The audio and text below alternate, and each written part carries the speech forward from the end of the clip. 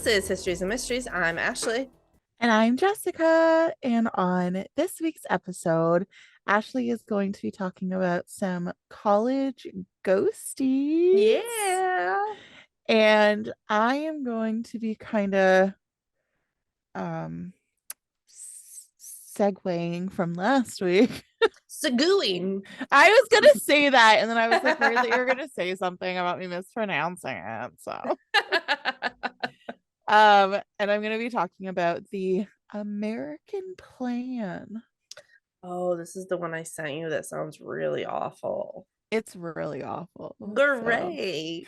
I'm sorry, everybody. It's my fault. I sent it to her, so. It's very true. Oh So gosh. I'm so excited for some ghosts. Yeah, I decided we needed some more ghosts in our lives. I'm So so excited. yeah. So I got my sources from a lot of places. So 99.1 WFMK, some radio station, they Actually, had an article. Yeah. you can see your computer in your glasses. Is that okay? I don't know. It's just like blue in your eyeballs. Oh geez. Like it would be fine if it wasn't like right in your eyeballs. So it looks like your eyeballs are not there. Well, if I take my glasses off, I can't read my computer. So It's just never this like well, I have this my camera noticeable. moved, so I'm actually like looks like I'm looking at it when I'm reading. So maybe that's why. Let me try. Maybe. Let me see. Does that make it any different? Oh no, it's just like right in your eyes now.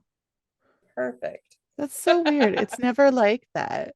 Oh, you know what too? I have my computer or my camera's a little bit lower. I have this Uh, janky ass setup where there's like a folder and then a cup and then my camera's on the cup and it's a smaller cup than I usually have. how are we That's supposed to why record together when I'm there? we'll have to figure something out. That's so funny. Well, you have your laptop, right? Yeah. Are you gonna bring your laptop? Yeah. Okay. I'm getting a laptop tomorrow too, so Oh yay. it's coming in the mail. But okay. So I got my sources from 99.1 WFMK. It was like a radio station that had an article. Bestcolleges.com. Wikipedia helped me out a little bit here. Legends of America, Medium, really cool podcast. She's also on TikTok. I follow her called Avery After Dark. And my dad. Oh, Yeah. that's So fun. yeah, so the first college I started out with, and the one that actually kind of gave me the idea for this, I do two colleges here. And the first one is called Alma College. And Alma College is a private Presbyterian liberal arts college.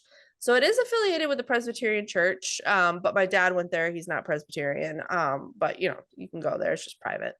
He went there for 2 years before he went to MSU.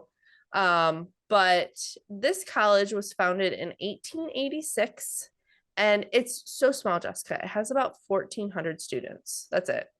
I went to a university and there was, I think, six people in my class, including me. In your university? Yeah. Oh, wow. What university did you go to? I went there for like a semester before I moved home. It was St. Stephen's University in New Brunswick. Oh, And then my university, there's only a couple hundred people in my class. oh, wow. My one in Nova Scotia. Okay.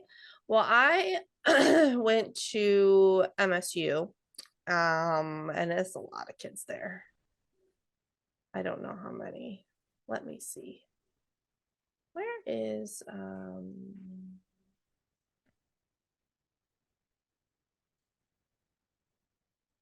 yeah, okay, sorry. Let's see.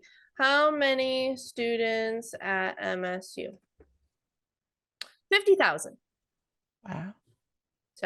So this one, Alma is very, very small. So 1,400 students, but it has quite a few little ghosty stories of its own. Uh, for those of you that are not familiar, because who would be? Um, Where is Alma, it? yeah, Alma College is in Michigan, and it's like it's kind of smack dab in the middle of the mitten. So for my viewers, it's right like here. It's kind of like the middle and then like a little north. It's just very small, but um the reason why I'm talking about this is because my dad went there, and his one of his really good friends actually had an encounter with a ghost. So legend has it that there was a member of a fraternity there. They're called the Teeks, TKE. My dad was a member of the fraternity, and so was this kid, my dad's friend who had this encounter. So years and years and years before my dad went there was a kid who was pretty muscular, always wore like cut off sleeves and like cut like his collar of his shirt and stuff like that. And he decided to go kayaking down the river that kind of goes through Alma College. And there's like this little waterfall. It's like a small one, but he ended up going over it and drowning. Holy crap. Yes. And since he was a member of Teak fraternity, they say that he still frequents that frat house. So they say that they'll see a shirt like his, like a sleeveless with the collar cut shirt, just kind of floating around. Many people have claimed to see that. And then my dad's friend, this is so creepy. So, sorry, the fraternity got put on probation for a year. So Why? What did they do? I don't know. And so because of that, no one could live at the frat house for a year. So it was kind of like an abandoned building. But I mean, it was only a year, so it wasn't like crappy abandoned. Like it's and it was they were gonna after that year, people were gonna move back in. So it was kept up and it was fine. And my dad's friend actually would break into the house to study because it was completely empty. There was no distractions. Nobody would like walk up to him and talk to him or whatever. So he would go into this house to study. So one time he was there studying, and the house was, my dad said it was 3 stories, and they had like a basement, but the basement was livable. So people had rooms down there and stuff like that. So his friend was there studying, and he got there and he like set his books down and he heard the shower running downstairs. And he's like, oh, someone else must have like broken in and taken a shower and then like Ew. forgot to turn it off. So he went downstairs, he turned off the shower, went back upstairs studying, studying, studying. A little while later, the shower turns on again. Oh no. Ew. And he thought again, he was like, well, maybe someone came in, while I've been studying and they're just going to take a quick shower. So he went downstairs, looked around the whole basement. Nobody was there. So turned the shower off again. Before he got back up the stairs, the shower turned back on. Yeah. So Awful. my dad's friend grabbed all his books, left, and never went back there alone. Oh my god. Isn't that terrifying? It's horrifying. Ugh. Ugh. So there's also a sorority house on this campus called Gamma Phi Beta that is supposedly haunted. You people are weird Why? with your silly house names. You guys don't have fraternities and sororities in Canada? No. Really? Yeah. You don't have Greek life? No. Huh. I did not know that. I'm shocked. I don't think we do. I just assumed because you guys are so like you're like America Light that I figured you just had them. Uh, our sororities only in the United States. Okay. You had fraternities and sororities. Not any of my schools. Maybe you just weren't a part of them. No, they weren't at any of my schools.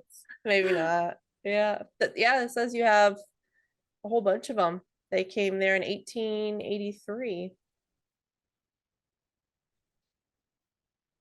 Huh. Where are you reading this? Wikipedia. See if you have Soror. mine. Oh, Oh, there's one in Toronto. Toronto. what? Sororities in Canada. What schools did you go to again? Oh, a lot of them ended like a long time ago. Like they didn't even last a year. What? Where are you looking? It says chartered/range. Would that not be how long it was around for? Well, it's yeah, chartered is like when it started. So like this one started in 1963 and it's still going. Yeah, but it says or range. Yeah, so it says through question mark because it's still going. Okay, that's fine. That one. But that's Virginia Military Institute, which I don't even know. That's not What's the even. founding That's location? in Virginia. What are you talking about? I This don't one think says it's any of in these. Vancouver, British Columbia, but it's inactive. That's the thing. They're like, I I don't see know. a There's a lot of lot. them. Yeah. I don't know. A lot of them weren't. None of them were like really in. Yeah, maybe they weren't that big. Right. Um, Weird. what school did you go to again, did you say? Cape Breton University. Oh, How, hey, there's one at Dalhousie. how do you spell That's in Nova Is it Scotia. K Breton? CAPE. Oh, Cape. Yeah. Oh, there's a Brett. couple in Nova Scotia. Ooh. Interesting. Let's see. Huh. Okay. I don't think anybody cares about this. I don't think so at all. We could probably take all this out. Probably. Interesting, though. I didn't think that we had any. Yeah, it looks like Cape Breton didn't have any. No. Interesting. Huh. We both learned something today. Yeah. Okay, well, so I thought it was way more prevalent for you guys when I was writing this. So let me explain for our Canadians if you've never heard about it. No, I'm sure everybody knows what fraternities and sororities are. House Bunny, thank you. Oh, I love that movie. And Sydney White. Yes, so good. Oh god, that's the only way I know about that stuff. Yeah, so I was in a sorority. So I went to Grand Valley State University for 2 years before I transferred to MSU. I was in a sorority at Grand Valley. When you transfer schools, if they don't have your sorority at your new school, you're not allowed to pledge another Greek sorority. So, question. Yeah. Do you request to be in a house or do they seek you out? No, so they have what's called sometimes I mean they might seek you out, but it's like they have what's called bid week. And you if you decide you want to join a sorority or like a fraternity, it's like a big thing. And you go and you meet each sorority, and then like at the end you put like who your top sorority picks are, and then they'll put who their tops are, and if you match, you get to be in that sorority. Did you get into your top house? Yes. Yeah. Why did you choose them? They just seemed the nicest and like down to earth, and I just really liked the people. So Oh, cool. yeah. So anyway, Okay. so the Gamma Phi Beta house is also haunted. So there's this room in the Gamma Phi Beta house called the Pink Room, and I it's just like where some girls live, and I guess it's probably a pink room. And apparently one night the girls who lived in this room woke up to see a ghost pacing back and forth from the closet to the bedroom door. Ew. They screamed, and the dorm president ran in to see what was wrong. She said as she opened the door, the ghostly figure glided past her and out of the room. Yeah. No, thank you.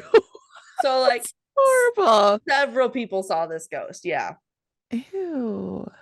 When the president went back to her room, she saw that everything she had on her walls had been thrown to the floor. No. Yeah. Ew. But this wasn't the first time that these sorority girls had encounters with the other side.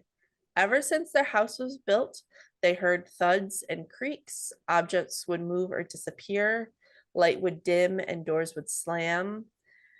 And the only reason they can think that this might be haunted is because when they built this house, they think that maybe there was a graveyard or something under there and they disturbed spirits because that's when all this stuff started, is when they built this house. So, Yeah, but okay. yeah, I don't know. There's not really like a good like But like if there reason. was nothing, if there was no house there before, like people aren't gonna really experience Yeah, that's true. That's a good point. anything, Yeah, right? Like how do they know that it only started when they built the house? Like true, true, true. Good point. so Yeah, it's a great point. But yeah, there's not really like a good reason why. Like these next ones I have, there's definitely a reason. okay. Um, there's also a hall called Gelston Hall at Alma College. And this is apparently haunted by Mary C. Gelston herself, which is what Oh, who the hall's named after. She was the first dean of women. I think maybe like women's studies or like not really sure what dean of women is, but she was the first there. uh, did it used to be like an all girls school or an all boys school No, and then it kind of slowly switched over? no, not really. Oh, So I'm thinking maybe yeah, maybe either something of like women's activities or like women's or studies or something. But yeah. um anyway, she that hall is reportedly haunted by her, and students have reported being locked out of their rooms. Doors have like slammed shut, and someone even saw her standing inside their dorm room in the middle of the night. Imagine. Oh my Imagine gosh. you're like coming home from a bender and then you forget walking like it's just like ghostly lady I standing in your room. feel like wow, I'm really hammered. Yeah. What are you celebrating? I don't know. Okay. A It's little like cute. celebration thing showed up on Jessica's. It's a ta-da. I don't know how to get rid of it. I'm sorry. That's all right. So now I've got some really creepy stuff. So I googled haunted colleges because after I was talking to my dad about the story, I wanted to do haunted colleges, and I was like, okay, I'll probably have to do like three or four. No, this one other college had enough. Like, so this is the most haunted college in America. And for those overseas listeners, here in America, we kind of use college and university interchangeably. Yeah. But traditionally, college is like a 2-year school and university is a 4-year school. But when I keep saying college, it's a university. Yeah, Um, I never understood that. yeah, yeah, we use it interchangeably. So okay, so this college is Ohio University, not to be confused with the Ohio State University, which is the really good football team that you always see in the news. You guys are weird. Bye. Just like Ohio University, and then there's an Ohio State University, and Yeah, there's a like, University of Michigan and a Michigan State University. yeah, you guys are like very Uncreative. not, yeah, like, come on. It's Yeah. silly. Yeah. You silly gooses. But well, and the stupid thing about Ohio State University is that they always call themselves the Ohio State University. They have Gag. some Ego trips. Yeah, they do. Anyway, so Ohio University is in Athens, Ohio. And like I said, it is the most haunted university in the US because apparently, up until 1993, part of the college campus was the Athens Lunatic Asylum. Oh, I was born in 93. Oh, so this asylum was a Kirkbride style asylum, which you might remember Oh, from Jessica's okay. story. And that just means that it was built and designed to follow the Kirkbride plan, which consisted of an environment of natural light and air exposure for the patients. Yeah, the St. Elizabeth's Asylum. Yeah. And then didn't you Okay. do I did another one. yeah, yeah. Yeah. So this asylum was in operation from 1874 to 1993, Ooh, and it served as a place for Civil War veterans with PTSD, children, hysterical women, and just on their other, period. some of them, and other mentally unwell people. Yeah, we're gonna get into that. My So people. they performed lobotomies here, as well as electroshock therapy, which obviously is not like it is today. They also performed hydrotherapy. They would restrain them, and they used psychotropic drugs that are no longer used today. Yeah, it's like at a lot of those hospitals back in Yeah, the day. yeah, They obviously sound the same. yep. The very first patient of this hospital was a 14-year-old girl with epilepsy. Oh, And they thought she was possessed by a demon. of course they did. Yeah. Back in the day, epilepsy was considered a major cause of insanity. And in fact, when this asylum released their first annual report, 31 men and 19 women were there as patients because of epilepsy. That's crazy. Yeah, Because they wouldn't have had the medications to treat that kind of thing. And right. like, imagine the kind of neurological damage that that would have caused. Yeah, yeah. Hmm. They also admitted those with alcohol addiction, tuberculosis, Mm-hmm. and menopause. Your face just dropped. That's so So, stupid. so 4 female patients hospitalized during the first 3 years of this asylum's operation. The 3 leading causes of insanity are recorded as uh, I meant to look that up because I don't know what that is. Let me Google that really quick. Oh, Well. postpartum infection, Oh, yeah. or like not infection, sorry, but like any type of postpartum anxiety, depression, Yeah. any type of postpartum. So there was 51 women there with that. Change of life. So literally they were going through menopause. So that was 32 women who were going through menopause, and they're like, you know what? Insane asylum. And 29 women for what they called menstrual derangement. Interesting. Yes. They also had 81 men and 1 woman who was diagnosed as insane caused by masturbation. Oh. Oh, So there okay. was a lot of people there that were not mentally unwell, and they were still having these kind of like procedures done on them and stuff. And as far as burials, they estimate about 1,930 people are buried on this land. They say they think about 700, well, of that, 700 women and 959 men's graves are only marked by a number. So they don't know who they are. They don't have a name or a birth date or anything. It wasn't until 1943 that people actually started putting names and births on the headstones for this graveyard. So that's like a shit ton of years. That's crazy. That's Yeah. horrible. Yeah. Also, on the topic of why women were put in hospitals, Yes. I have a list. Oh, Reasons for admission 1864 to 1889. okay. Sorry, I don't mean to interrupt, but we were No, just this is talking awesome. about it. Yes, So tell I me. thought it would be great.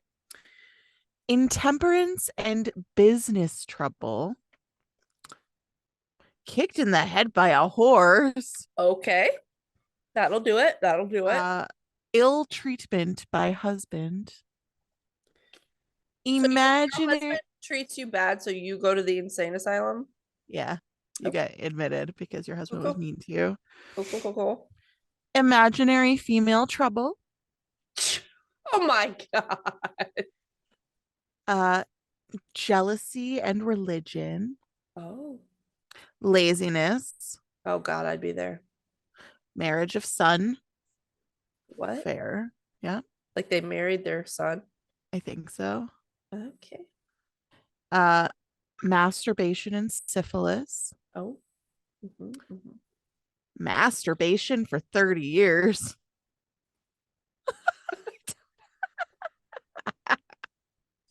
medicine to prevent conception, like you said, menstrual deranged, mental excitement, Oh my God. Don't get too no- happy. novel reading. Yeah, reading a book. Nymphomania. It's probably just she said, "Oh, I enjoy sex." Yeah. Uh, domestic trouble, dropsy, epileptic fits, like you said. Uh, excitement as officer. I don't know what that means. And is this list just for this hospital or in general? Just in general, Okay. from 1864 to 1889. Okay. Yeah. Uh, exposure and quackery or quakery. Quackery. I like that better.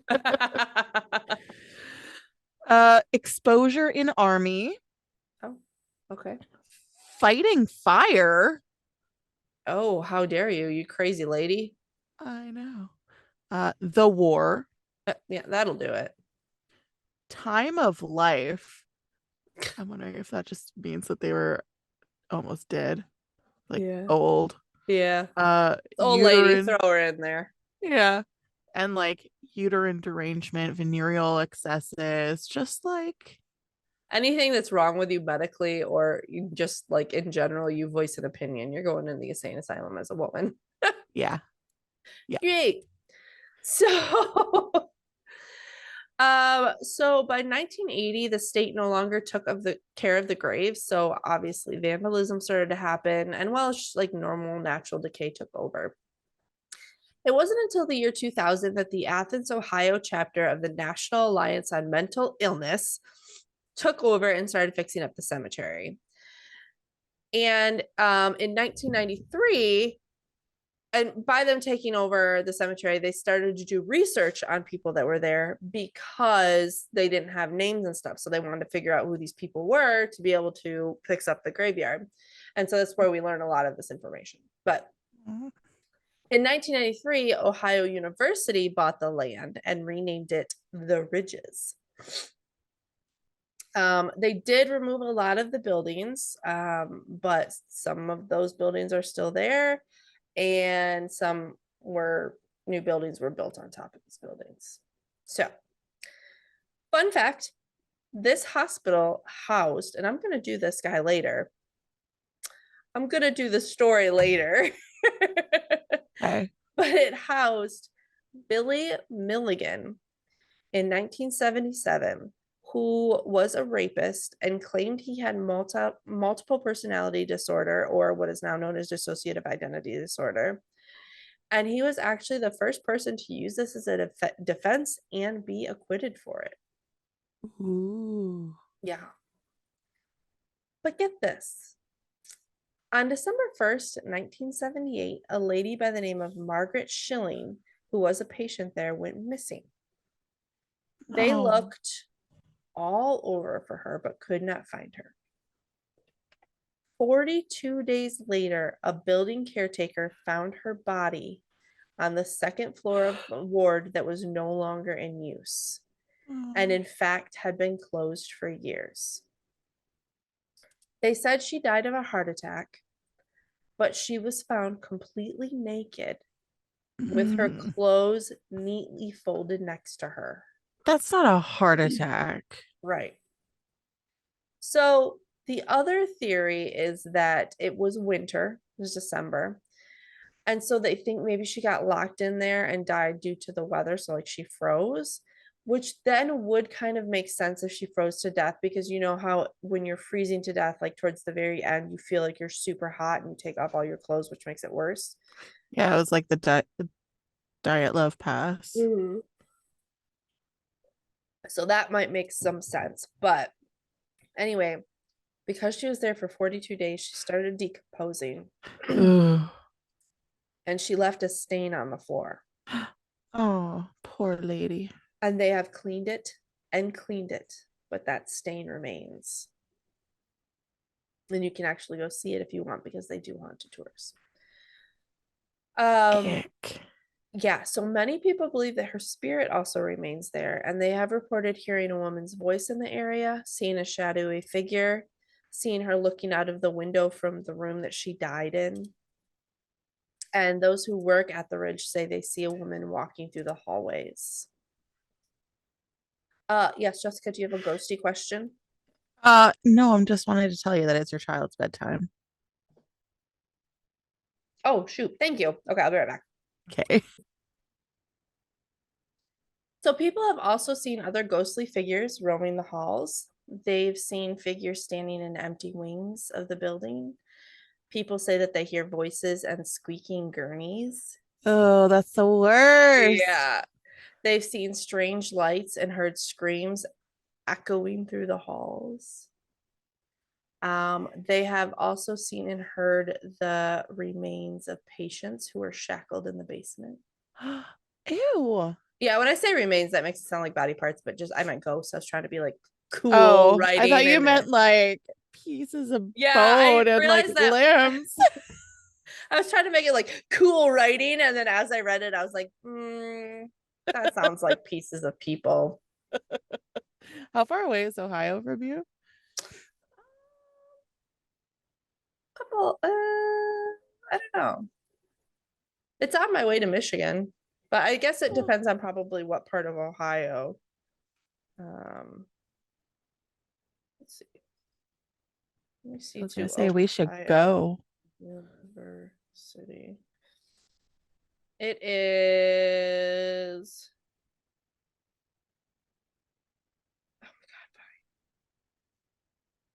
5 hours away. Oh, just kidding. We're not going. Okay.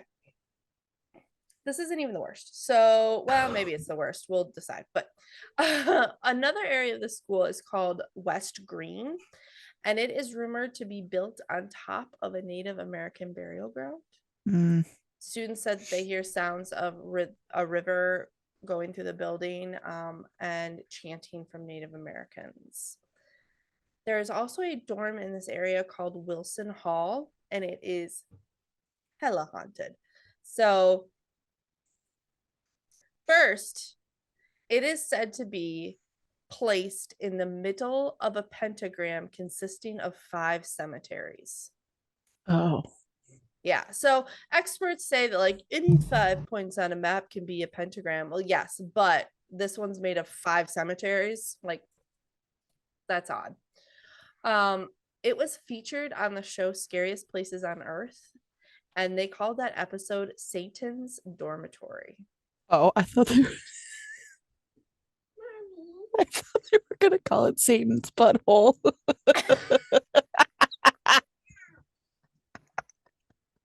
did they call it I don't know. that? That's hilarious. Oh, I love Oh, that. sorry. One sec. My child is calling me.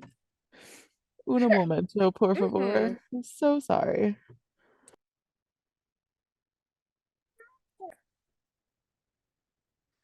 All right. So Satan's dormitory, not Satan's butthole. Although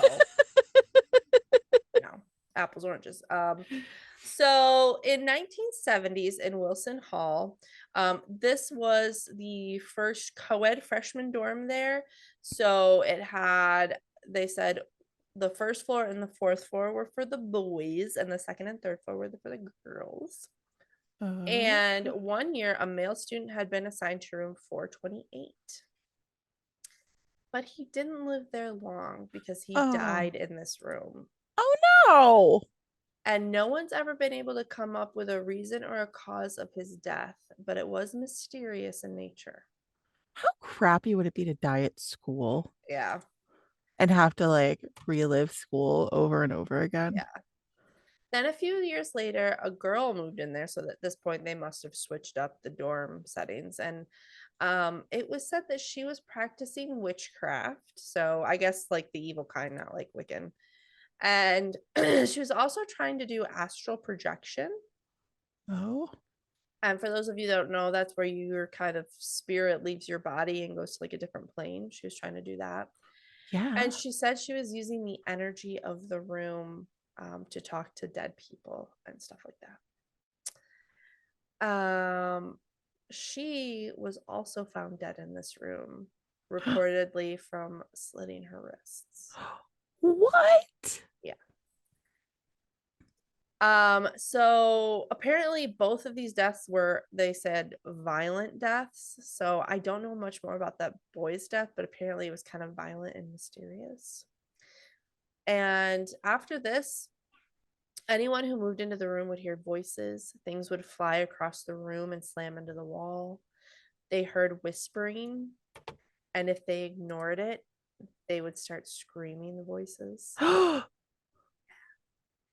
it's horrible. This is, oh, this gives me the chills. The door to the room would open and slam shut. Um, and oh, this isn't the one that gives me the chills, but Oh. they also reported seeing the girl who died in the room. Like people said they saw her. This is the part. So apparently, they would find demonic faces in the grain of the wood on the door.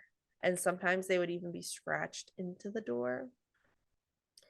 So the university thought it was like a student doing it and they replaced the door, but it showed up on the next door and the Oh. next door. Ew. So eventually the university feared another student would die in that room and they sealed it shut.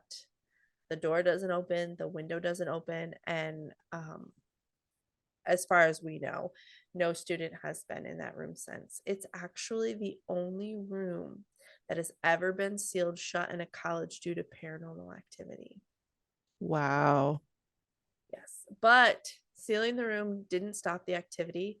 Students who live next to the rooms in 428 or live in that hall report haunting activities. They hear unexpected noises and footsteps coming from room 428. Students have said that they see ghosts throughout the hall and they've heard scratching on their own doors, as well as have had objects thrown about, doors open and shut, TVs and microwaves will turn off randomly. One resident said that one night she had set her alarm for 3 a.m. because her roommate was going out partying and like she knew, okay, she'll be back by 3 a.m. I can wake up, make sure she's like here and okay, and then go back to bed, which what a great roommate. Yeah. So her alarm went off at 3. She turned over, saw like feet sticking out from the blanket. So she was like, oh, yeah, okay, my roommate's back. Everything's fine. Turned over and went back to sleep. The next morning, the next morning she woke up and her roommate walked in the door from being out all night. Ew. And those are my college ghosties. When you're I really liked that story. I it's horrifying Yeah. because ew.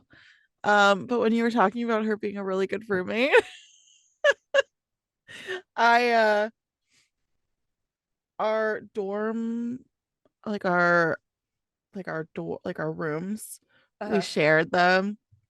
And it was basically just like a big open room and then one side had a bed and a desk, the other side had a bed and a desk. Like it Yeah. wasn't big. Yeah, that's kind of how our dorms were. And we were drinking one night and I friggin' like the doors lock automatically when they close. Okay. And apparently my roommate had been knocking on the door trying to get in, but I was passed out. Oh no. So she slept in our like common room. Oh no. But apparently she's been knocking trying to get in, and I'm like,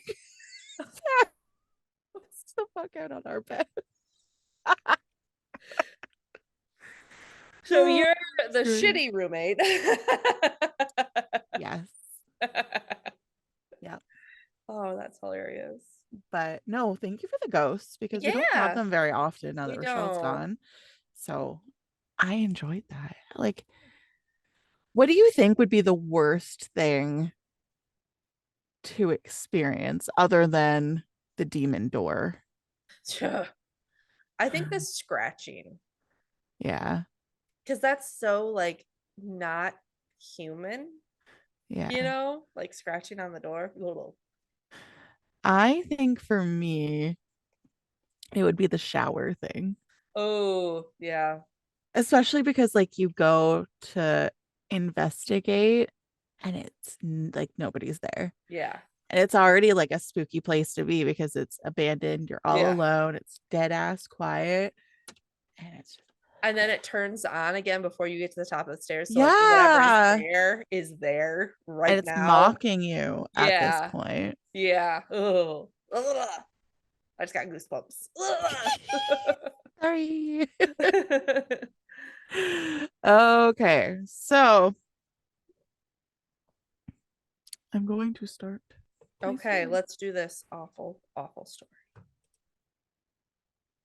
It's your own fault. It's my own fault. I have no one to blame but myself. So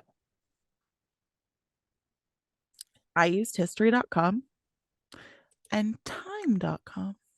Ooh. Okay. Okay. This is the quote unquote American plan. A little known but widely used government program in America throughout much of the 20th century imprisoned people without charge or trial for having STDs and then made them endure harmful, deadly treatments. That is, if they were female. Not males. They didn't do it to males. It did not do it to Oh males. my Consider the roughly 2 dozen women who were apprehended by law enforcement on a single day in 1919 in Sacramento, California. One of them, Margaret Hennessy, was detained as she walked with her sister to the meat market. It was clear. It was a winter morning. Sorry, lost my page. God. It was a winter morning, and there was a light breeze on Tuesday, February 25th. Hennessy had been staying in town to recover from influenza at the home of her sister, Mrs. M. Braddock, who was only known in journalistic stories. Hennessy and her husband, H.J., a standard oil foreman, resided in Richmond, California. So do with that information what you will. I don't know where any of that stuff is. Officer Ryan and other members of Sacramento's Morals Squad, just so Oh God. lovely, a team established that very morning with the mission of purging the city of vice and immorality, approached the 2 women as they were making their way to the market. The 2 women, who were traveling alone, were informed by the police that they were being detained as suspect characters. They were just walking down the street. How did they decide? You'll probably get to it, but like, how did they figure out like to pick them? They were just walking down the street. They were alone. They were 2 women by themselves. Okay, There's literally no rhyme or reason. got it. Okay. It's horrible. Mrs. Hennessy made an effort to introduce herself and explain why she was in Sacramento. She offered to provide the authorities with her identity. She informed the cops that if they detained her, someone would have to take care of her 6-year-old son, who was enrolled in a nearby convent. The police didn't care, though, and escorted the two women to the hospital for tests. The moral squad took Hennessy and Braddock to the Canary Cottage, which was the city's isolation hospital. Why would you need to bring them to an isolation hospital? I have no idea. A doctor examined the two women's genitalia there for sexually transmitted diseases by poking and prodding them. Quote, at the hospital, I was forced to submit to an examination just as if I was one of the most quote, at the hospital, I was forced to submit to an examination just as if I was one of the most degraded women in the world. I want to say I have never been so humiliated in my life. Unquote, said So Mrs. they just picked two random women and they're like, here, come with us, and then basically sexually assaulted them. Yeah, Cool. yeah. Hennessy continued to say to the local newspaper that her reputation meant something to her and she was going to defend it. Good. Good for her. Like they created that squad that morning and then just walked out onto the street and found two women. Wow. Yeah. The experience Margaret Hennessy had was not at all rare because the American plan, of which she was most likely unaware, was the reason for her detention. Tens of thousands, possibly hundreds of thousands of American women were arrested and subjected to forced STI examinations from the 1910s through the 1950s. Oh my gosh, through the 1950s? And in some cases into the 60s and 70s. Uh, oh, oh my Yeah. gosh.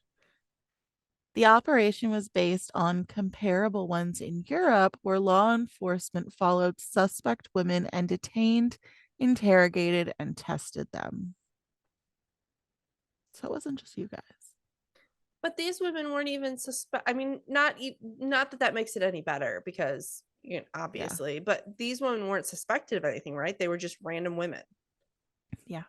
They Wow. just looked suspect, probably because they were walking down the street by themselves. Walking down the Yeah. street without a By man? themselves? Exactly. Oh my gosh. How Heavens to dare they? Betsy. That was a good one. If the women tested positive, American authorities imprisoned them without giving them a fair trial. While many program records have since been lost or destroyed, involuntary detention of women might last anywhere from a few days to several months. Well, what I don't understand is they weren't breaking a law. Even if they had an STI, they're not breaking. There's no law that says you can't have one.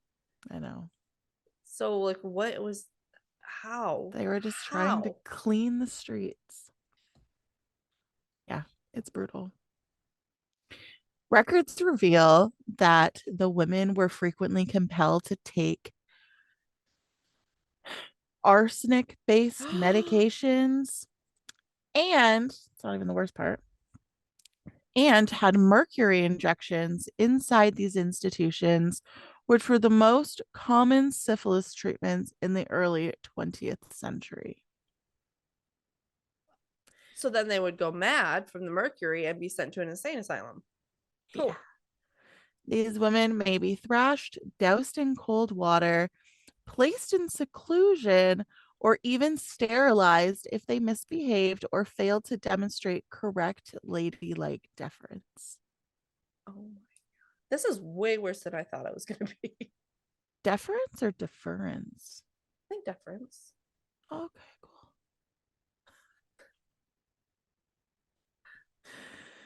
During World War I, The federal government launched the American plan to stop soldiers and sailors from acquiring STIs.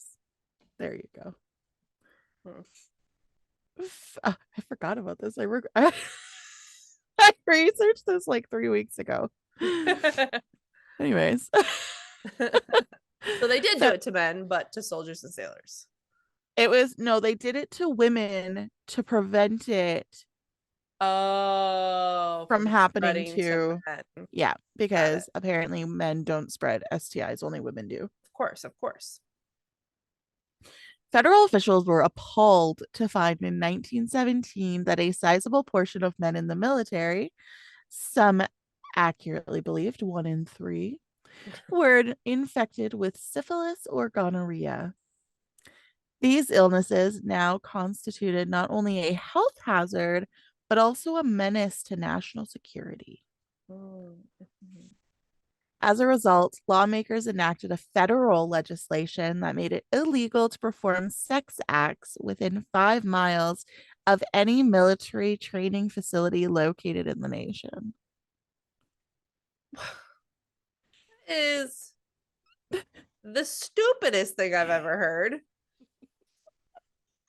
So go 6 miles. They're gonna Not get there. Is like not what? the mercury injections. Well, yeah, that too. Okay. Take that back. They attempted to extend this ban to the entire country after learning that the majority of inflicted soldiers and sailors actually acquired their STIs back in their hometowns. They also expanded the program after learning that the majority of the women who were believed to have infected the men weren't working as prostitutes. I like how it's that the women infected the men, I know. not I was that about to we say that infect too. each other. Yeah. Like, oh, you have a bunch of men being infected. It's just the women. Yeah. Yeah. Takes two to tango there, buddy. Yeah. So, starting in 1918, federal officials pushed all 50 states to enact a model law that allowed them to forcefully investigate anyone they reasonably suspected to be in possession of an STI. According to this law, anybody who tested positive for an STI might be imprisoned until they were no longer contagious. The law was gender neutral on paper, Uh-huh. but in reality, it almost entirely concentrated on controlling women and their bodies. Yeah, for sure. Give us a couple years and we might be back there in the United States, but you know. Yeah, at least you know what the law is now, True. True, what the true, true. plan is. In high places, the plan received complicity, if not outright backing. Fiorello LaGuardia, the mayor of New York, praised the plan in speeches, while Ew. Earl, yeah, There you have the while LaGuardia Airport. I know, while Earl Warren, the governor of California at the time, personally oversaw its implementation in his state. In 1918, the Attorney General personally wrote to each U.S. attorney in the country, assuring them that the statute was lawful. He also wrote to each U.S. district court, encouraging them not to interfere with its implementation. Ooh. There is no way that that is not against something in the Constitution. Yeah. I mean, this whole thing is just terrible. So, Yeah. STIs were a despised plague, and sex workers who were frequently mistakenly accused for spreading the majority of STIs were popular scapegoats. By 1921, every state in the Union, as well as hundreds of towns, had passed one of these laws. Oh my gosh. Towns and states intermittently enforced these rules during the next half century. I can't believe that it went to the 50s. I know. That's insane. Sacramento was one such city. Officer Ryan and the rest of the morals squad had a busy morning, and Margaret Hennessy and her sister were not the only ladies arrested that day in 1919. According to city police records, they detained Mrs. M. Sodfried about 9:25 a.m. on reasonable suspicion of possessing an STI. Okay. How do you have reasonable suspicion of this? It's not like you can see it. I know. So it's Especially just like, syphilis. yeah. So it's Like, just like what, being female? yeah, I mean, you do probably have by like herself. the syphilis nose that you get, but that's, I think, like well into the disease. Yeah. I just remember that episode from like Grey's Anatomy where the one person had syphilis and they like didn't know and they were super old. I don't know, but it was just like they couldn't tell other than they had like memory Yeah. loss. Like, Yeah. Yeah. I don't know. Stupid. It's just like, I saw Hennessy's ankle. She must be a slut and have an STI because only Yeah. sluts get STIs. She rouged her knees. Oh my gosh. I know. According to city police records, oh God, never mind. I already said that. 40 minutes later, they had arrested another woman, Lena Rosareni, on the same charge. Then there were the identical arrests of three women identified only as Mrs. J.S. Smith, Mrs. Butterworth, and Mrs. R. Nichols. Hennessy and Braddock were Ryan's fifth and sixth STI arrests of the morning.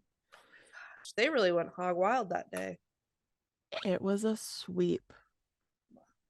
On February 25th, the Morals Squad arrested 22 women, all for suspicion of STIs. Oh my God. Yet, because Margaret Hennessy was the only one of these ladies who made a statement to the press, her tale stands out above the rest. Officers released Hennessy and Braddock around 8 p.m. with orders to appear in court the next morning after STI tests revealed that none of them had an STI.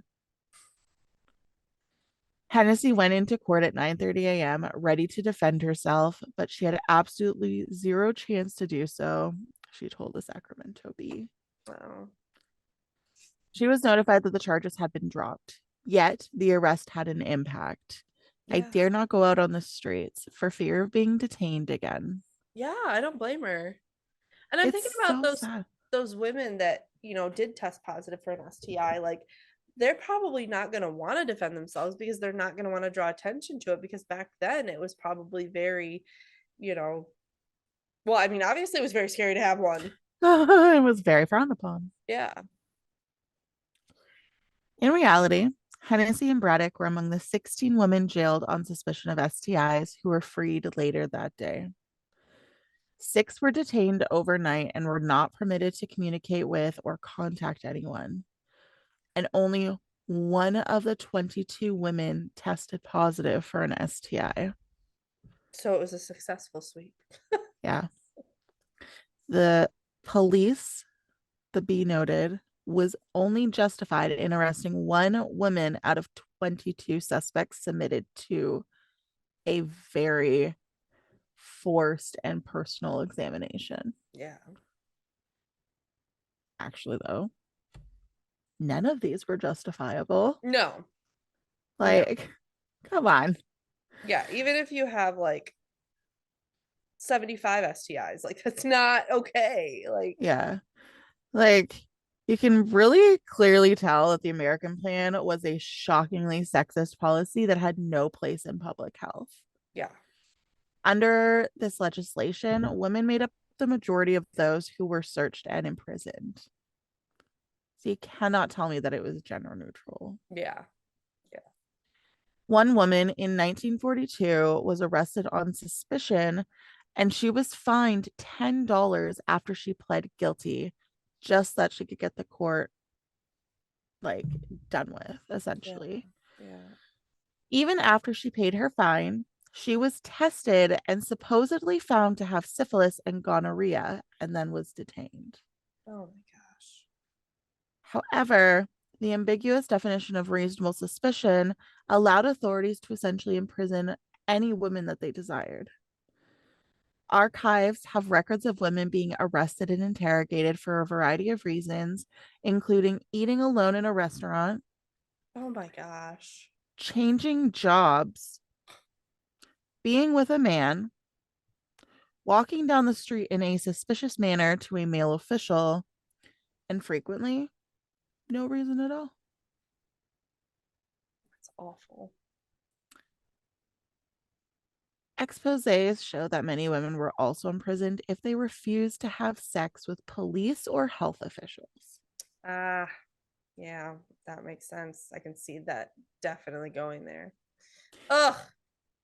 In the late 1940s, San Francisco police officers occasionally threatened to vag, which was have women's genitalia examined, if they refused to comply with sexual requests. Women of color and immigrant women in particular were targeted and subjected to worse violence once they were imprisoned. Oh, The civil rights movement, the women's liberation movement, and the sex workers' rights movement all gained momentum in the 1970s, which marked the end of the American plan's implementation. can't believe it took till the 70s to end it. Mhm.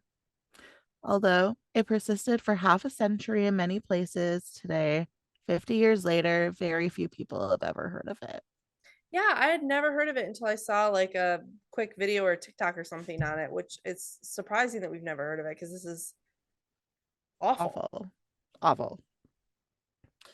Even fewer people are aware that every state in the country still has some form of the American Plan regulations, which were passed in the late 1910s and allowed authorities to investigate persons who were merely fairly suspected of having STIs. That's terrifying that it's still on the books, especially with the way we're going right now. Yeah. Like, I mean, you think of the R versus Roe Yeah. versus Wade. Yeah. Yeah. Yeah. Like, Yeah. it's crazy. Yeah. Laws originally approved under the plan were cited in the 1980s and 1990s to support the planned quarantine of another group of people with a stigmatized infection, HIV and AIDS. Oh my In certain regions, the plan was still being enforced by officials as late as the 1970s. Each of these laws is still in effect today to some capacity. Each state still has the authority to investigate reasonably suspected individuals and isolate the sick ones if health official judges deem that isolation is essential. Wow. Several of these laws have been modified or amended, and some have been incorporated into larger public health acts. Several women in prison under the American Plan made attempts to flee the detention centers where they were housed. Yeah. Another woman, oh, it's horrible, jumped off a moving train to try to avoid being imprisoned, Oh. while at least one woman jumped out of a window to her death. Oh my gosh. Others would rebel and demolish their prisons. Many of them would set these structures on fire. And others would engage in hunger strikes or use the media to draw attention to the circumstances of their suffering. Yeah. And that is my story. That's awful. And it's crazy that I had never heard of that. Mm-hmm. So, thank you for bringing that to our attention. Yeah. Uh, Those poor women. truly awful. Yeah. But I do think it's important that we bring that to light. Yeah, for sure. I think so as well. It's awful, but they deserve to hear their story, to have their story told, Yeah. you know. All right. Okay, I have a couple jokes for you. Are you ready? Whoa, you never have jokes for I know. I me. have a couple. Okay. Why can't you hear the pterodactyl going to the bathroom? Because the P is silent. Yeah. uh, what would bears be without bees? Ears. Yeah. I'm actually getting these today. What do you call a pile of cats? I feel like we've done this one, but I really like it. A meowton. A meowton. Oh. Okay, I have one more. Okay. Uh, where do polar bears keep their money? In the ice box. In a snowbank. Oh, I love it. cute. Well, if you want more of us lovely ladies, you can find us on Instagram, Facebook, and YouTube. And if you would like to rate and review us, you can do so on Apple Podcasts and Spotify. Yeah. Thanks for tuning in, and we look forward to bringing you 2 new stories next week. Bye. Bye.